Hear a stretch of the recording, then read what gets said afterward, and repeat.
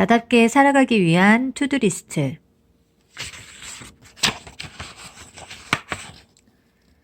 내가 아닌 모습으로 사랑받느니 차라리 있는 그대로의 내 모습으로 미움받겠다. 커트 코베인. 단단한 자존감을 다질 것. 알랭드 보통은 어른이 된다는 건 냉담한 인물들, 속물들이 지배하는 세계에서 우리의 자리를 차지하는 의미라 했다. 살아보니 세상은 동화 같지 않다. 갑질에 붕괴하는 것이 새삼스러울 만큼 차별은 일상에 만연하고 속물의 조건적 관심에 의연한 척하며 무시하려 해도 마음은 주머니 속에 넣어둔 쿠쿠다스처럼 부서진다. 그래서 사람들은 자존감을 높여야 한다고 말한다. 세상의 기준과 평가에 상관없이 스스로를 존중하는 마음을 키우라고. 그래, 말은 잘 알겠는데 그게 왜 말처럼 쉽지가 않을까? 자존감은 기본적으로 어린 시절의 경험과 부모의 양육 방식에 영향을 받는다. 부모와 애착 경험이 부족하거나 학대, 조롱, 방지, 비난을 경험한 경우 자존감 문제에 시달릴 수 있다.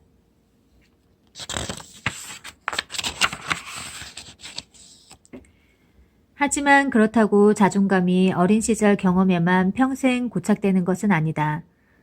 살아가면서 변화한다.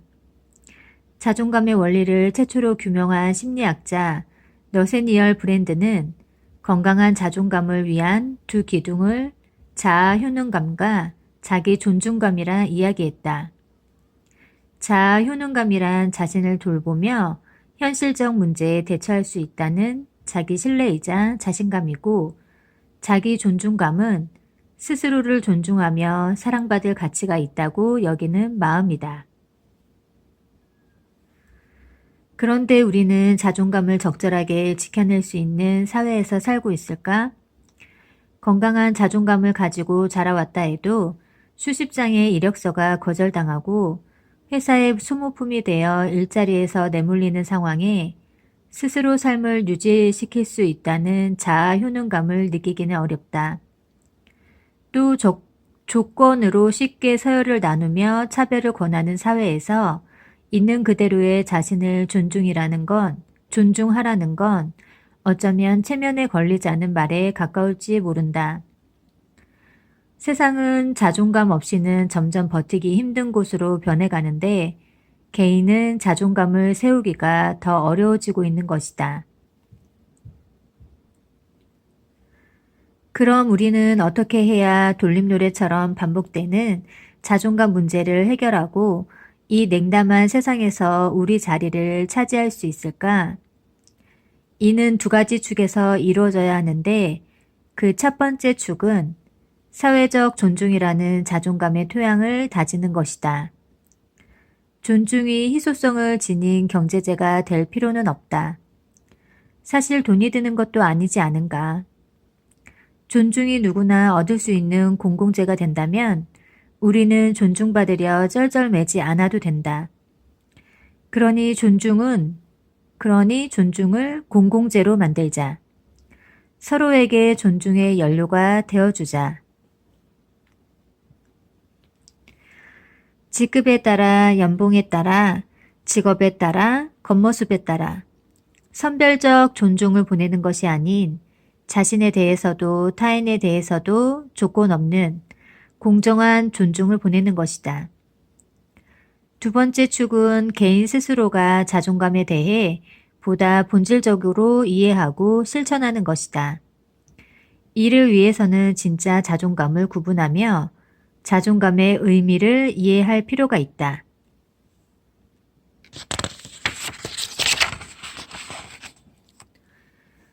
자존감은 우월함에서 비롯된 우쭐함이 아니고 누군가에게 사랑받고 인정받아서 얻어지는 일시적인 만족감도 아니다.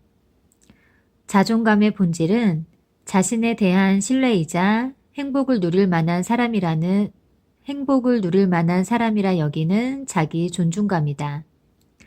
이건 정신승리로 얻어지는 것이 아니기에 아무것도 하지 않는데 자신을 신뢰하긴 어렵고 자신의 신념과 반대되는 삶을 살면서 자신을 존중하기도 어렵다. 자존감은 스스로가 믿고 존중할 내면 세계를 세우고 그 신념을 바탕으로 삶을 선택하고 행동하며 책임을 지는 삶의 일련의 과정에서 얻어지는 내면의 힘이다. 그런데 여기에는 중요한 게 있다. EBS 다큐프라임 아이의 사생활에서는 부모의 태도가 자녀의 존중감에 미치는 영향을 실험했다. 실험에 참가한 아이들에게는 퍼즐 조각이 주어졌는데 과제를 어려워하자 자존감이 낮은 아이의 부모는 대신 해결해 주려 했고 자존감이 높은 아이의 부모는 아이가 스스로 해결할 수 있도록 기다려 주었다. 자존감의 재료인 자신에 대한 신뢰와 존중은 삶의 문제를 해결하고 목표를 달성하는 성공 경험이 축적될 때 생겨난다. 그리고 실험에서 보여주듯이 가장 중요한 건 그 주체가 자기 자신이 되는 일이다. 스스로를 충분히 의식하지 못한 채 타인과 사회의 시선에 질질 끌려 사는 것으론 결코 자존감에 닿을 수 없다. 그렇기에 단단한 자존감을 세우기 위한 첫걸음은 분명하다. 나답게 살아가는 것. 그럼 나다운 삶에 다가가는 법에 대해 알아보자. 팔로우 미.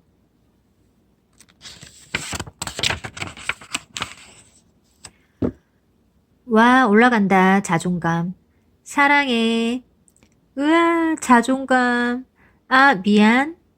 타인을 위해 자존감을 구하는 건 자기 삶의 통제권을 내던지는 일이다. 나다운 삶을 찾을 것. 드라마 속 남자 주인공이 너답지 않게 왜 이래? 라고 말하면 여자 주인공은 도끼 눈을 하고 이렇게 대답한다. 나다운 게 뭔데? 그러게나 말이다. 나답게 살아야 한다는 건 익히 들어 알겠는데 나다운 게 뭔지 도통 알 수가 없다. 왜 우리는 나다운 게 무엇인지 잘 알지 못할까? 심리학자 제임스 마샤는 자아 정체성의 성취 정도에 따라 정체성을 4가지 유형으로 구분했다. 그 4가지 유형은 성취, 탐색, 폐쇄, 혼미 정체성인데 연구에 따르면 한국인은 대다수가 낮은 정체성 지위인 폐쇄 지위 74.4%에 놓여 있었다. 폐쇄 지위란 기존의 사회가치 체계를 그대로 순응하고 전념한 유형인데 이론에 따르면 이 지위가 낮은 정체성에 있는 이유는 위기의 부재에 있다.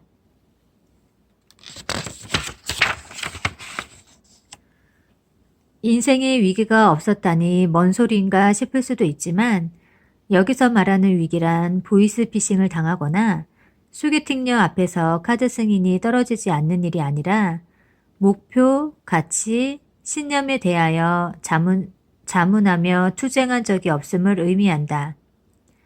그렇다면 왜 우리는 투쟁하지 못할까? 이는 자신에 대한 탐색과 자문의 과정을 권하지 않는 사회 문화에서 시작됐다.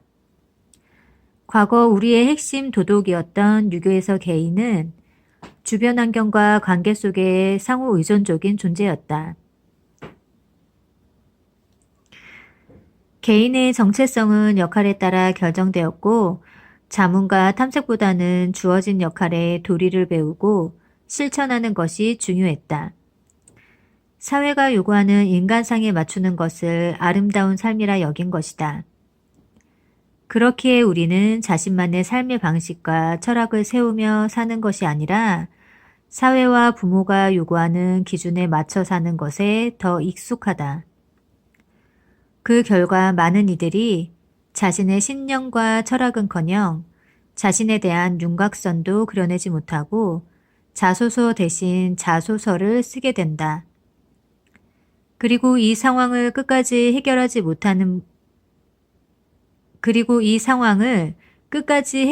못하는 보다 결정적인 문제는 지독한 의존심에 있다.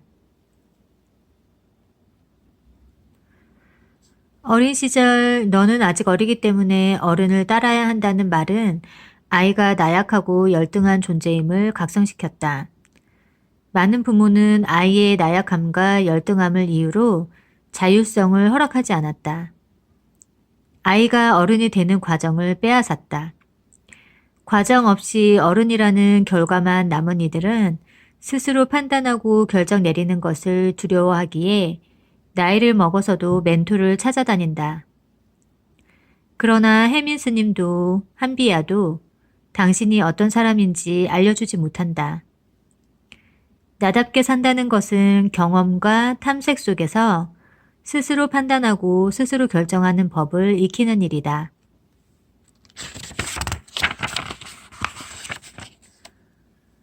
프리랜서가 된다고 해서 나다운 것이 아니고 특이한 취향을 가졌다고 해서 나다운 것이 아니라 자신에 대한 이해를 바탕으로 스스로 판단하고 결정하며 삶을 일구는 것이 나다운 삶이다. 그 시작을 위해선 당신 자신에게 관심을 기울여야 한다. 당신에 대한 글을 써보는 것도 좋은 방법이다. 자신에게 관심을 기울이며 나는 지금까지 어떻게 살아왔는지, 어떤 가치를 실현하며 살고 싶은지, 무엇에 행복해지는 사람인지, 나는 남과 어떻게 다른지, 자기 감각을 찾자.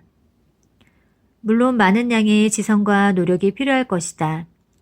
의존심을 버린다는 게 두려울 수도 있다.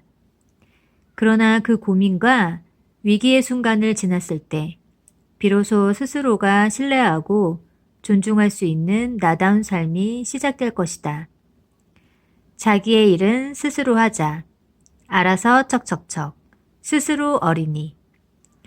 어른들이 이야기했던 스스로 어린이는 사실 시킨 일을 알아서 하는 어린이.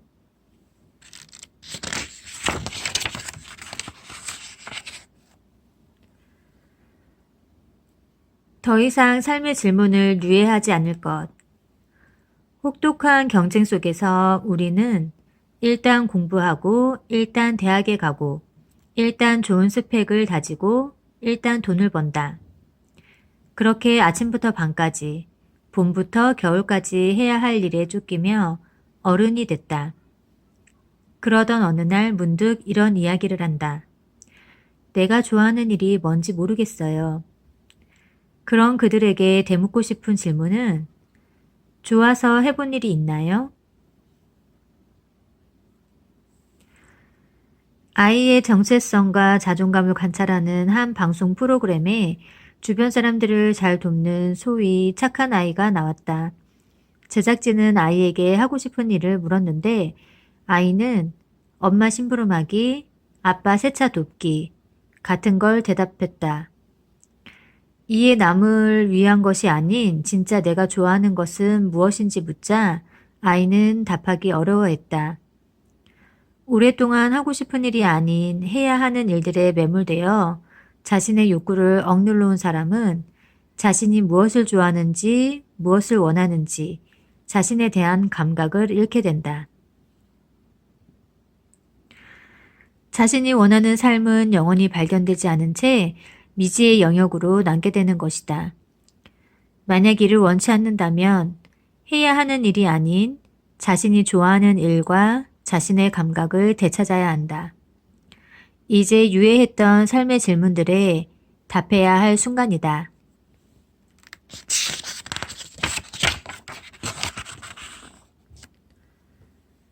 당연했던 것에 질문할 것. 한 마을에 부부와 시어머니, 1살배기 아들이 살고 있었다. 밭일을 나간 며느리가 점심때에 되어 돌아오니 치매 걸린 시어머니가 닭죽을 끓여놓았다고 했다. 감사한 마음으로 솥을 열어보니 그 안에는 닭이 아닌 아들이 들어있었다. 노망난 시어머니가 손자를 닭으로 착각하고 가마솥에 넣어 삶은 것이었다. 이를 본 며느리는 마음을 추스른 다음 닭을 잡아 시어머니께 닭죽을 끓여드리고 죽은 아이를 뒷산에 묻었다. 세상에 이런 일이 나올 만한 이 아이 유기 사건은 놀랍게도 조선시대에 효부상이 세워진 미담이다. 지금 생각하면 도저히 이해되지 않는 이야기가 아름다운 이야기로 전해질 수 있던 이유는 무엇일까? 당시에는 개인의 감정을 극단적으로 억압하고 도리라는 이름에 의무를 다하는 것이 미덕이었고, 이것은 아무리 우라가 치밀어도 화합을 위해 희생을 강요하는 통치 이데올로기였다. 나의 어린 시절에도 미덕이 있었는데 바로 근면성실이었다. 비가 오나 바람이 부나 몸이 아프거나 다쳐도 빠짐없이 학교에 가면 개근상장을 줬고, 칠판 위에는 근면성실이라는 구푼이 쓰인 액자가 걸려 있었다. 왜 그랬을까? 근면성실을 최고의 미덕으로 배운 건 우리 사회가 제조업 기반의 사회였던 것에 있다.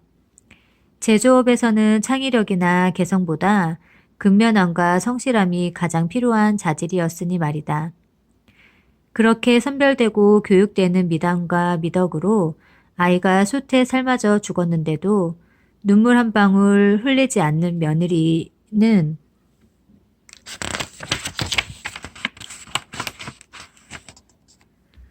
감정 불구의 아동학대의 방조범이 아닌 의연한 효부가 되고, 열이 펄펄 끓어도 학교에 나오는 학생은 타의 모범이 되며 소크라테스가 악법도 법이다라고 말했다는 유언비어가 퍼지기도 하고, 이슬람 국가에선 자유연애를 한다는 이유로 딸을 죽이는 것이 명예가 되기도 한다. 그렇게 사회가 선별해서 미덕으로 심은 통념은 때론 괴담을 미담으로, 폭력을 명예로 만든 것이다.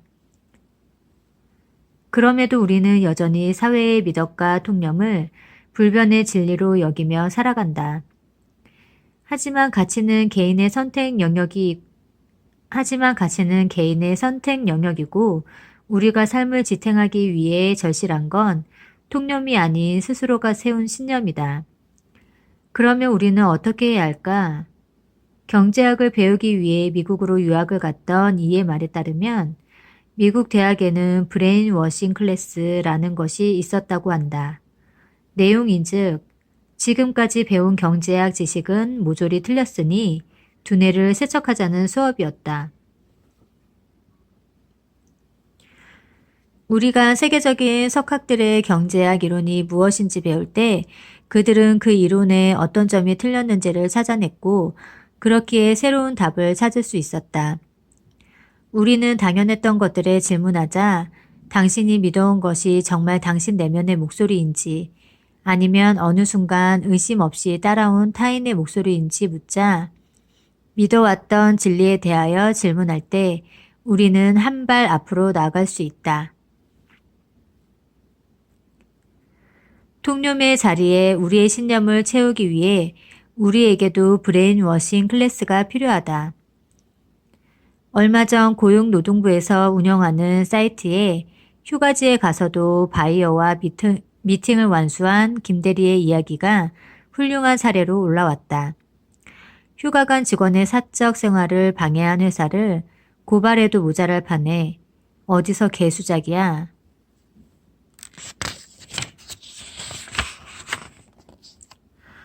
요즘 것들은 노예 근성이 부족해. 월차 극혐, 칼퇴근 극혐. 역시 주옥 같은 말씀. 누구의 기대를 위해서도 살지 않을 것. 나는 회사를 다니지는 않는다. 대단한 포부나 큰 결단이 있었던 건 아니다. 쓰고 싶은 글이 있었고 회사를 다니는 문제는 일단 책을 쓰고 나서 생각하기로 했다. 그러나 문득 난 어떻게 그런 중요한 결정을 이리 쉽게 내릴 수 있었을까 하는 의문이 들었다. 생각해보면 내가 그럴 수 있었던 건 부모님의 양육 방식 때문이었다. 나는 살면서 부모님의 강요에 부딪힌 적이 없었다. 내가 어떤 선택을 내릴 때 의견을 주시긴 했지만 결국은 내 선택대로 할 수 있게 해주셨다. 게다가 중학교 시절까지 공부는 안 하고 만화책만 본 나와 달리 언니는 전교 1, 2등을 하는 우등생이었지만 단 한 번도 언니와 비교당한 기억이 없다. 그 덕분에 나는 부모님에게 인정받지 못할까 두려워하지 않았고 스스로 결정을 내리는 것에 익숙했다.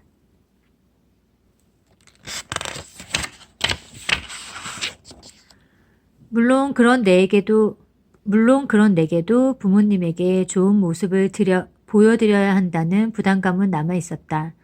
하지만 그 부담감도 잘라냈는데 부담감이 크다고 사랑까지 큰 건 아니라 생각해서였다.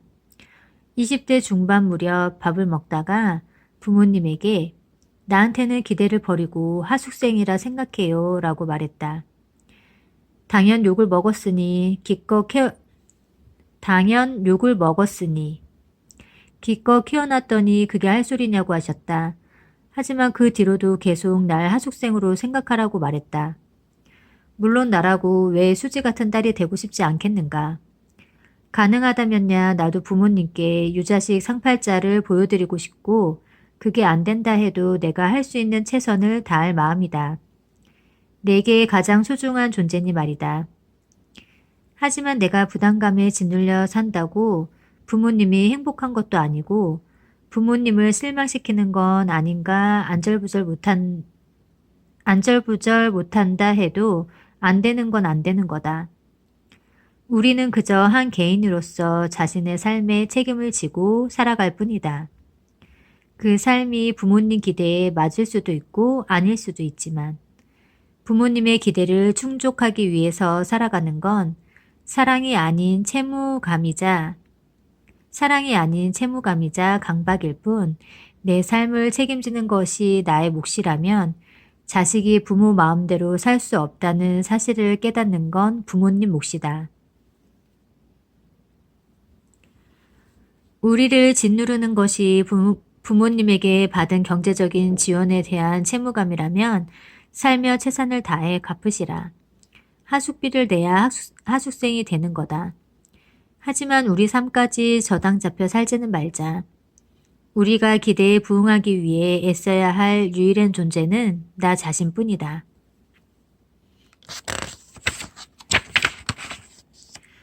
기승전 마이웨이. 나 외엔 무엇도 되지 않을 것. 초등학교 2학년 때 장래 희망을 말하는 시간이 있었다. 나는 키리 부인에 대해 어디선가 주워 듣고는 키리 부인과 같은 여성 과학자가 되고 싶다고 말했다. 실상 나는 정자와 난자 시절부터 과학자와는 거리가 멀게 태어난 사람이지만 초등학교 2학년에 나는 그런 공수표를 남발해도 괜찮았다. 9살짜리 꼬마가 구체적으로 물류회사에서 구매를 담당하고 싶다거나 중견회사에서 회계 관리를 하고 싶다고 하는 게 더 이상한 일이 아닌가? 그런데 문제는 나이를 먹어서도 우리의 꿈이 무엇을 할 것인가가 아니라 무엇이 될 것인가에 머물러 있을 때 발생한다. 예전에 한 피부과 의사와 대화를 나눈 적이 있다. 그는 서울에 있는 의대를 나와 강남에서 피부과 전문의를 그는 서울에 있는 의대를 나와 강남에서 피부과 전문의를 하고 있었다.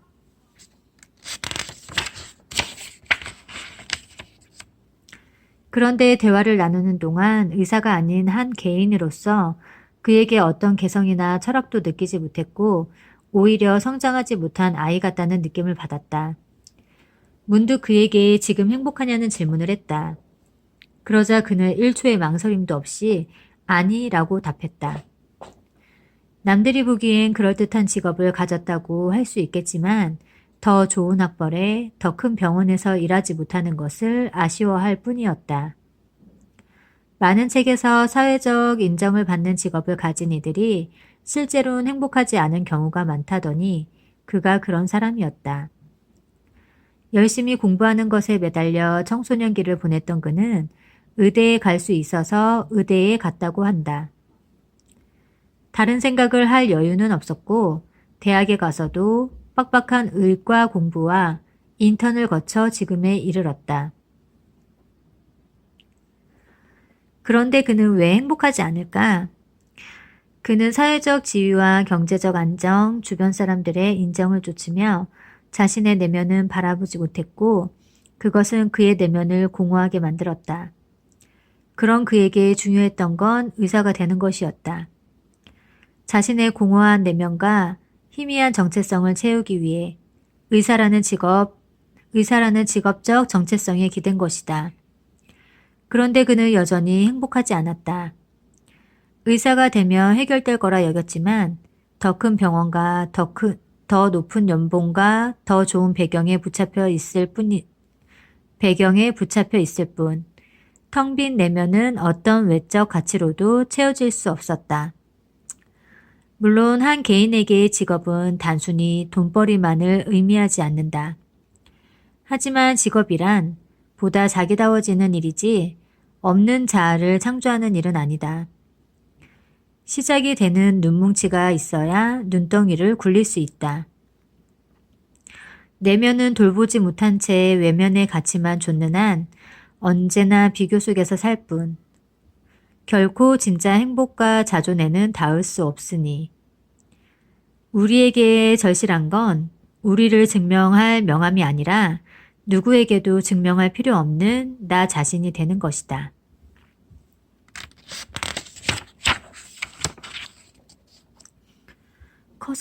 커서 뭐가 되고 싶니? 다른 질문 없어요? 우리는 나 자신 외엔 아무것도 될 필요 없어요. 세상의 정답에 굴복하지 않을 것. 동네 커피숍에서 우연히 초등학생 원어민 강사인 캐나다인과 대화를 나눈 적이 있다. 그녀는 내게 우리나라에 와서 이상하게 느낀 점을 이야기했는데 한국 사람들은 스마트 스튜던트를 굿 스튜던트라고 생각한다는 것이었다. 그녀가 봤을 땐 공부를 못해도 굿 스튜던트일 수 있고 공부를 잘해도 굿 스튜던트가 아닐 수 있는데 말이다. 우리가 흔히 생각하는 스마트는 굿이라는 등식에 그녀는 의문을 가지고 있었다. 잘 산다의 의미 역시 비슷한 맥락을 갖는다. 잘 산다고 할 수 있는 요소에는 경제적 기반 외에도 건강한 신체와 좋은 인간관계, 삶의 철학과 예술을 즐길 수 있는 신미한, 이를 통해 느끼는 보람 등 다양한 가치가 있다.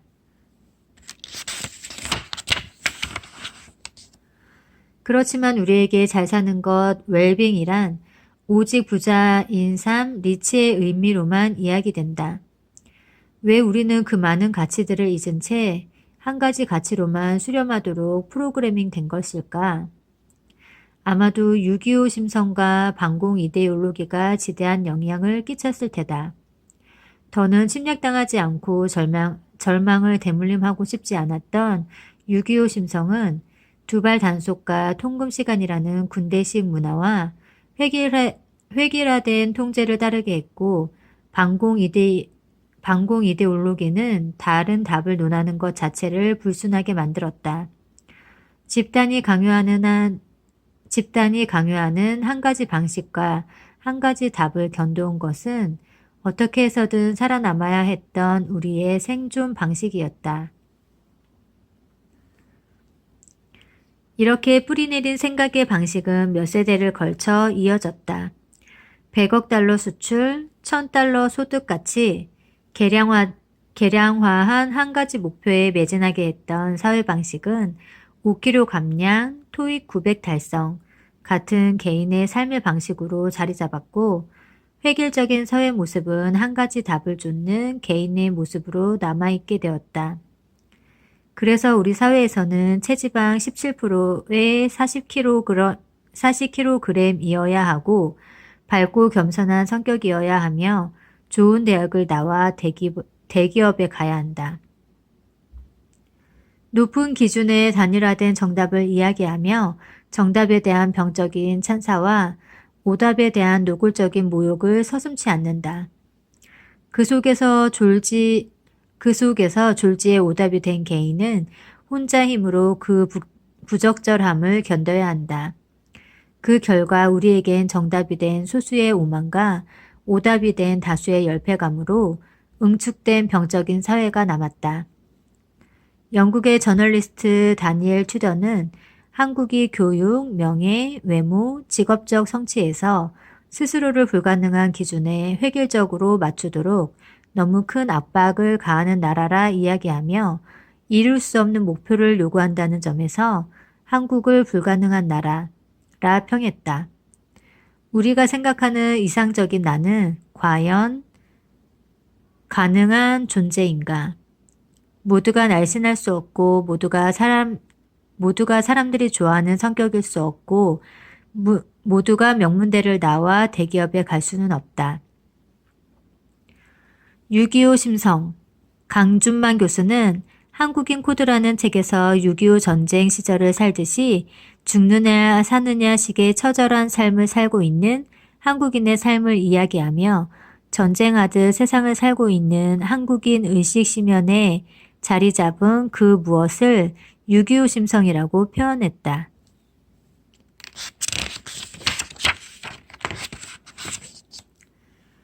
아니 모두가 그렇다면 그거야말로 은하철도 999에 나올 법한 비정상적인 행성일 뿐이다. 만약 사회가 세상이 당신에게 어떤 정답을 강요한다면 당신은 그 이유를 물어야 한다. 합당하지 않은 정답에 채점되어 굴복하지 말아야 하며 그 정답들에 주눅들어 스스로의 가치를 절하해서는 안 된다. 좋은 학생에는 여러 정의가 있고 잘 사는 것에는 여러 방법이 있으며 우리는 각자의 답을 가질 권리가 있다. 우리는 오답이 아닌 각기 다른 답이다. 헤비메탈이 진리라 생각하는 이는 비틀즈에게도 헤비메탈만을 요구하겠지만 헤비메탈을 하지 않아도 비틀즈는 비틀즈다.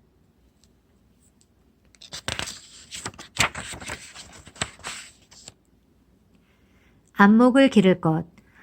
20대 초반의 인생의 노하우 같은 것을 모아둔 책을 읽은 적이 있다. 그중 한 꼭지는 저렴한 옷 여러 벌을 사지 말고 한 벌에 좋은 옷을 사라는 이야기였다. 시간이 지나 옷장을 보니 그 말이 떠올랐다. 세일한다고 무작정 산 겨울 코트와 내 몸을 생각하지 않고 쇼핑몰 피팅 모델 사진만 보고 산 치마와 현관에서 엄마의 블로킹을 피할 수 없는 과감한 옷이 쌓여 있었다.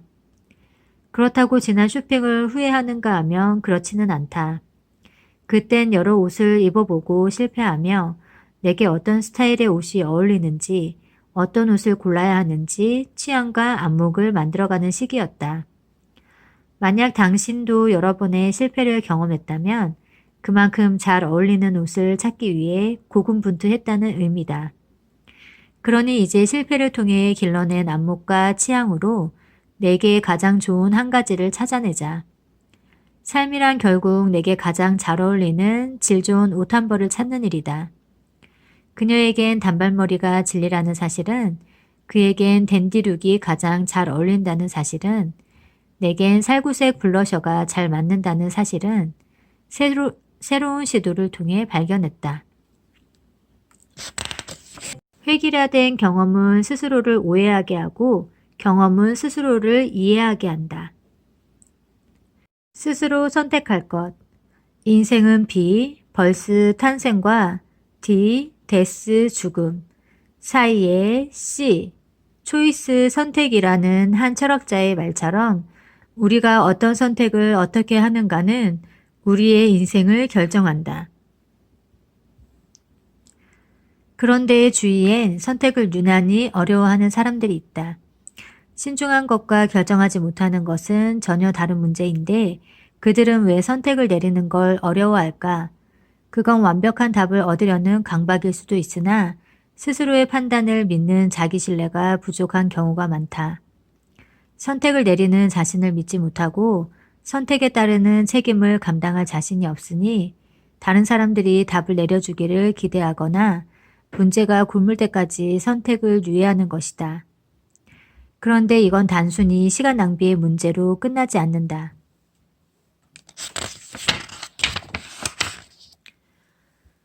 너세니얼 브랜든이 말하길 선택들은 정신 깊은 곳에 쌓이고 그렇게 쌓인 결과를 자존감이라 부른다고 했다. 삶에서 자신이 내리는 선택이 모여 자존감을 이룬다는 것이다. 왜 그럴까?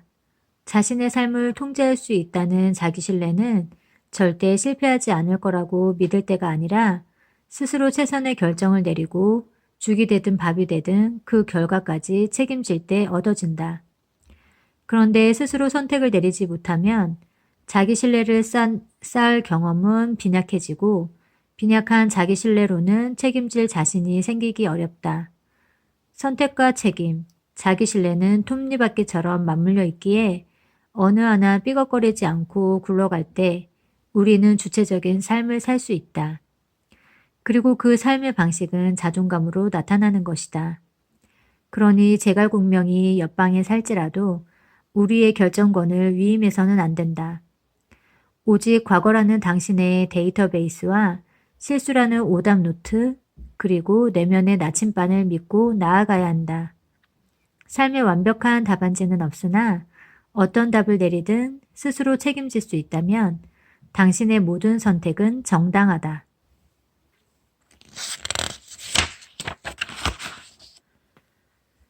개인의 취향을 갖출 것.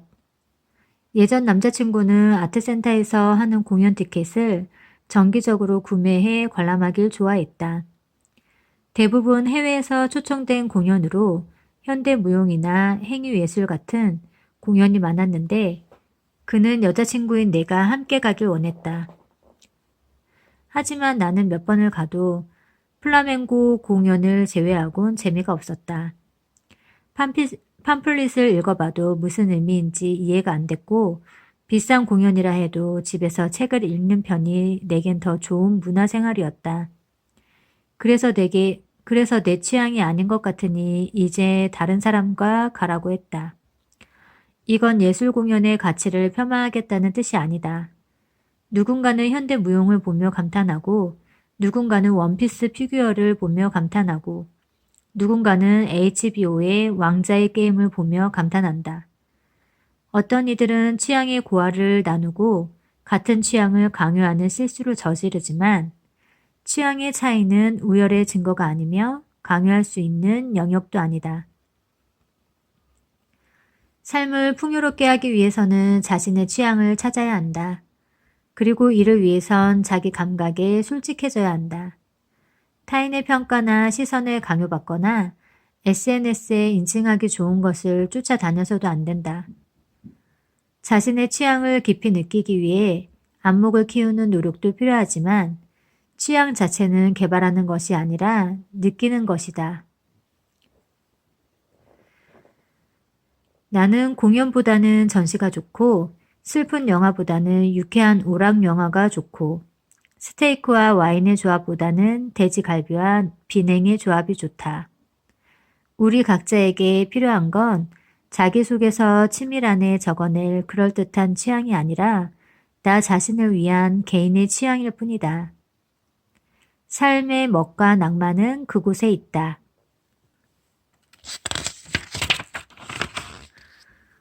몇 년 전 영화 인셉션을 보고 그냥 그렇던데 영화 좀 볼 줄 모르네.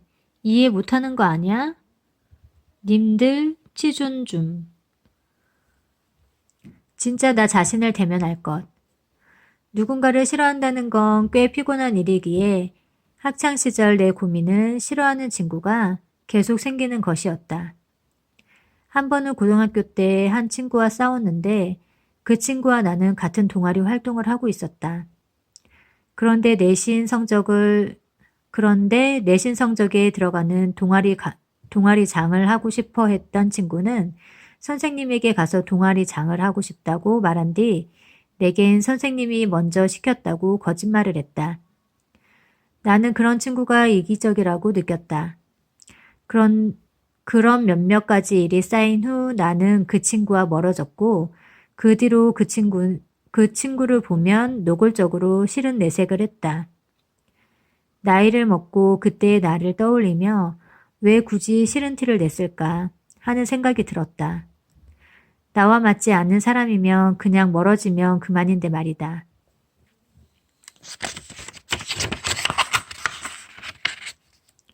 하지만 내가 철이 없었구나 하는 생각을 하면서도 그 친구는 좀 싫어할 만한 면이 있었고 누군가를 싫어하는 건 인간적인 범위 안에 들어가는 실수라 생각했다. 그런데 어느 날 문득 과거를 곱씹다가 나의 잘못은 언제나 인간적인 실수 안에 있다고 생각하면서 왜 그 친구의 잘못은 인간적인 실수에서 벗어난 것이라고 생각했을까 하는 생각이 이르렀다. 사실 이기적인 마음이야 누구나 있고 당시에 내가 철이 없던 거라면 그 친구 역시 그저 철이 없던 건데 말이다. 그동안 나는 내가 좋아하는 면들만 나라고 생각했다. 이기적인 친구를 욕하며 나는 이기적인 면이 없는 완전한 사람처럼 굴었고 내가 좋아하지 않는 나의 다른 면들이 드러날 땐 못 본 척, 모른 척 지나갔다. 내가 좋아하지 않는 면들은 내가 아닌 척 위장했던 거다. 나는 나 자신에 대해 얼마나 오만했는가. 분석 심리학의 창시자 카를 구스타프 융은 개인이 숨기고 싶어하는 성격의 총합을 그림자라 이야기하며 누구나 그림자가 있다고 주장했다. 그의 말에 따르면 그림자는 완전히 제거될 수 없으며 건강한 내면을 갖기 위해서는 그림자와 화해하는 것이 최선의 방법이라고 했다.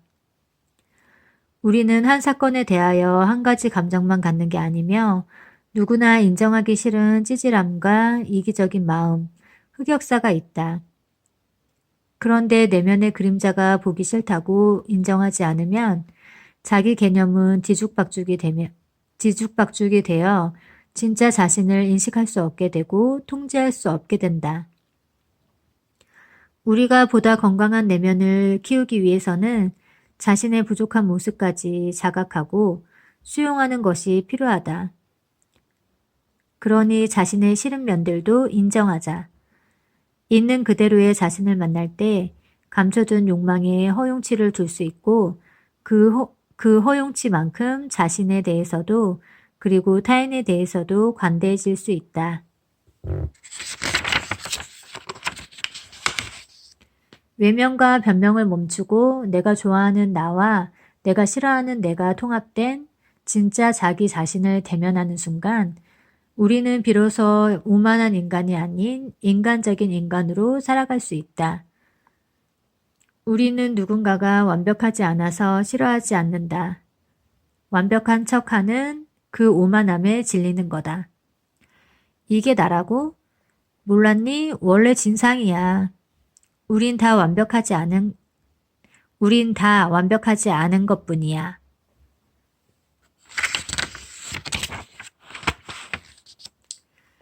자신이 빛날 수 있는 자리에서 살아갈 것. 중학생 때 친구와 관공서로 봉사활동을 갔다. 그때 우리에게 주어진 일은 서류 항목을 리스트로 정리하고 몇몇 숫자들과 대조하며 오류가 있는지 확인하는 작업이었다. 나는 그때나 지금이나 숫자와 친하지 않았기에 서류들을 보는 순간 피곤해졌다. 지루함을 견디며 군뱅이 속도로 일을 하고 있었는데 함께 갔던 친구는 그 사이 문서 정리를 깔끔히 끝내고는 재밌다라고 말했다. 그런 친구가 신기해서 물으니 오류를 찾으며 하나하나 정리해가는 것에 성취감을 느꼈다고 했다. 그 뒤 친구는 세무학과에 진학했고 지금은 세무서에서 일하고 있다. 어디서든 일 잘하고 꼼꼼한 직원으로 평가받을 게 분명하리라.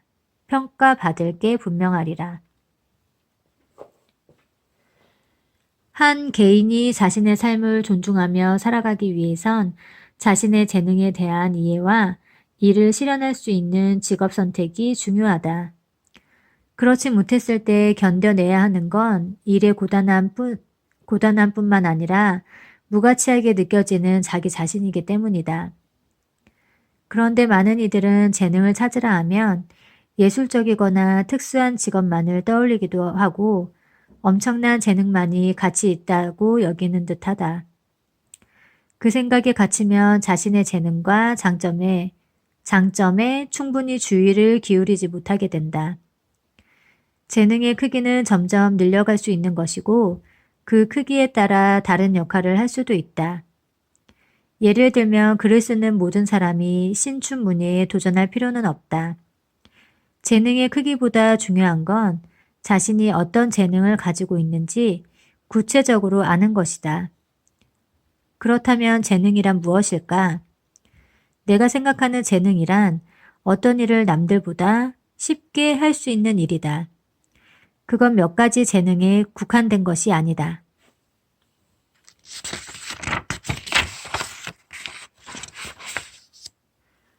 어떤 이에겐 서류를 잘 정리하는 게 재능이고, 어떤 이에겐 모르는 사람과도 즐겁게 이야기할 수 있는 게 재능이고, 어떤 이에겐 눈썰미가 좋은 게 재능이고, 어떤 이에겐 남의 이야기를 잘 들어주는 게 재능이다. 이러한 재능은 그림을 그리는 것이나 노래를 부르는 것처럼 쉽게 눈에 띄진 않는다. 그렇기에 자신의 재능과 장점을 발견하기 위해 충분히 주의를 기울이고 자신의 재능에 적합한 직업 혹은 자리를 찾아야 한다. 당신이 무엇을 좋아하는지, 남들보다 쉽게 할 수 있는 것은 무엇인지 적어보자. 잘 모르겠다면 인터넷을 통해 다중지능 검사를 해볼 수도 있다. 다양한 방법을 통해 자기 자신을 알아가야 한다. 그 과정을 통해 당신이 원하는 것과 잘할 수 있는 것 사이에 교집합을 찾자. 물론 쉽지 않을 것이고 시간이 걸릴 수도 있다. 하지만 자신의 삶에 그 정도의 관심과 노력조차 기울일 생각이 없다면 타인은커녕 스스로의 존중도 얻기 어려울 것이다. 그림을 잘 그리는 은혜 씨, 언어 습득이 남다른 유민 씨, 위트 있는 글을 쓰는 유림 씨, 노래를 잘하는 승경 씨. 자본주의 최대 비극은 돈으로 환산되지 않은 재능은 무가치해지는 데 있다.